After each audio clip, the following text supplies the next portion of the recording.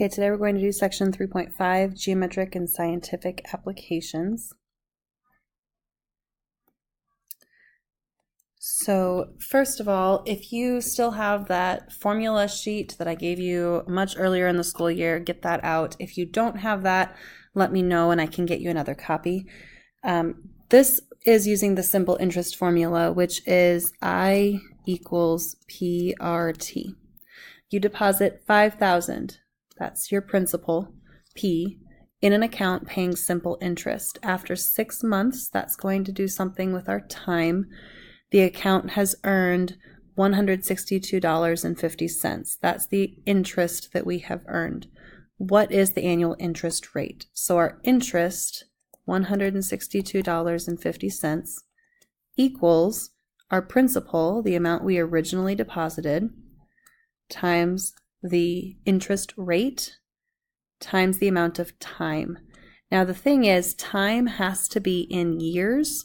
6 months is half of a year, so we're going to use 0.5 here. So this is actually 6 months. Now the thing that can get a little bit confusing to some people is R is in the middle of these two things, but the order that you multiply really doesn't matter. So you can do 5,000 times 0.5 to get 2,500 times R, and then divide both sides by 2,500 to get an answer of 0.065. This is our percent, our rate, as a decimal. To change things from decimal back to percent, you have to do decimal times 100. Ooh, that was written very messy. And that will give you your percent. Or just move the decimal point 2 places. This is 6.5% interest rate. A dime has a circumference of about 56.27 millimeters. So circumference, if you look on your formula sheet, is 2 times pi times r. So the circumference is 56.27. We want to know what the radius is. Think of 2 pi as its own number. So we're going to divide both sides by 2 pi. And I put parentheses in there, and those parentheses actually are really important. When you're typing this into your calculator, you need to do 56.27 divided by parentheses 2 times pi button, close your parentheses, then press enter. You should get 8.955 something, something, something. We need to round our answer to 2 decimal places, so 8.96 millimeters.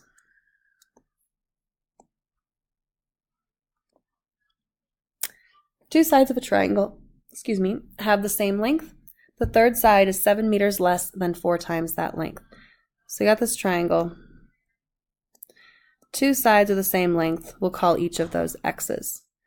The third side is 7 meters less than 4 times that length. 7 meters less than means that you're going to be subtracting 7 from something. The thing that you're going to be subtracting 7 from is 4 times that length. So 4 times that length.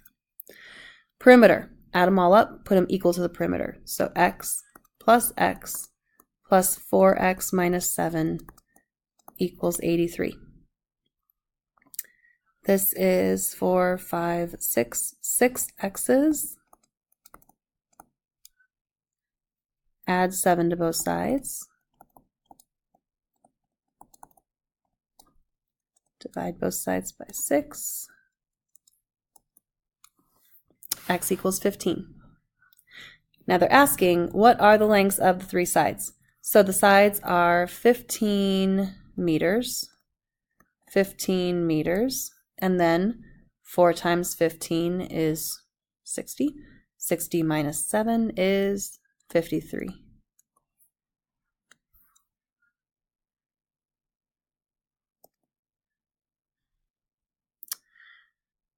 This is an investment mixture problem.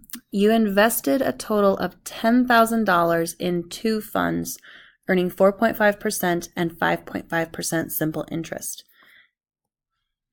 During 1 year, the two funds earned a total of $508.75 in interest. How much did you invest in each fund? Let's call the first fund A, and we are investing at 4.5%, and we'll call the next one B, 5.5%. Now, let's say, don't write this number down yet because I'm just giving you like a hypothetical. If I invested $1,000 in A, how much would I invest in B, knowing that our total is $10,000? We'd invest $9,000. How did we get $9,000? We did $10,000 minus whatever we invested in A. Whoops. So if I ignore those numbers and change this to X dollars, we're going to invest X dollars in A. Well, then in B, we would be investing 10,000 minus X dollars. We're basically going to use the interest formula, I equals PRT, but we're going to use it twice. So the interest PRT for Fund A plus the interest PRT for Fund B, and that is going to get us the total interest. Now, here's the fun part. Our time is 1 year. If we were to put a 1 in place of each of these t's, times 1 doesn't do anything. So basically, we can get rid of that t and make this equation a lot easier to deal with. Okay, I'm going to try to color code this as much as possible. I'll use, well, I guess I'll use purple and blue because that seems to make sense. So this first one, I'm going to do 4.5%, so 0.045 times the amount, X, plus, then I will do the 5.5% times that amount, oopsie, and that is going to give me our total interest, $508.75. So to help you see where all of this came from, I actually used these backwards. I actually did RP plus RP equals I. So the rate times the amount that we put in Fund A plus the rate times the amount that we put, where's my pen, in Fund B, and that gave us our total interest. Once you have this set up, this equation really isn't all that difficult. You got 0.045x. You'd have to distribute here. 0.055 times 10,000 is 550. 0.055 times negative x is negative 0.055x. Okay, all in the same step. I'm going to subtract 550 from both sides and combine my two like terms. No, I did not want to go to the next slide. I actually just wanted to point at something. Come on, computer. So 0.045 plus negative 0.055 gives me negative 0.01x equals 508.75 minus 550 gives me negative 41.25. Divide both sides by negative 0.01. And again, I did not want to go to the next one yet. X equals 4,125. That means we invested $4,125 in Fund A. In Fund B, do 10,000 minus that, we invested $5,875. This problem is actually very, very similar to the previous problem. A chemist needs to strengthen a 15% boric acid solution with a pure boric acid solution to obtain a 32% solution. How much pure boric acid should be added to 100 milliliters of the 15% solution?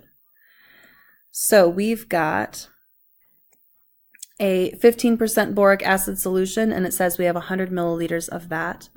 We also have a pure boric acid solution. And our goal is to get a 32% solution. So really what we're doing here is we are going to be taking a 15% solution, give me my options, plus the pure solution, and that is going to equal our 32% solution. So I'm trying to get my colors set up here so that this will make sense. Oops. Sorry, bear with me. I'm still kind of learning how to use this computer.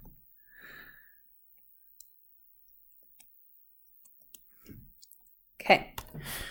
We are going to do the percent of the solution times the amount of the solution. And then the percent of the pure solution times the amount of that solution.